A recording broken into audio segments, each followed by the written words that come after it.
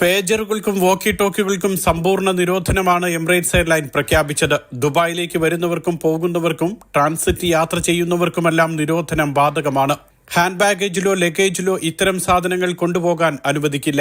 Check in സമയത്ത് ഇവ കണ്ടെത്തിയാൽ ദുബായ് പോലീസ് കണ്ടുകെട്ടുമെന്നും തുടർ നടപടികൾ സ്വീകരിക്കുമെന്നും എമിറേറ്റ്സ് അറിയിച്ചു. കഴിഞ്ഞ മാസം 19-നാണ് ലെബനനിലെ ബെയ്റൂട്ട് അന്താരാഷ്ട്ര വിമാനത്താവളത്തിലേക്കുള്ള യാത്രക്കാർക്ക് സമാന നിരോധനം ഏർപ്പെടുത്തിയത്.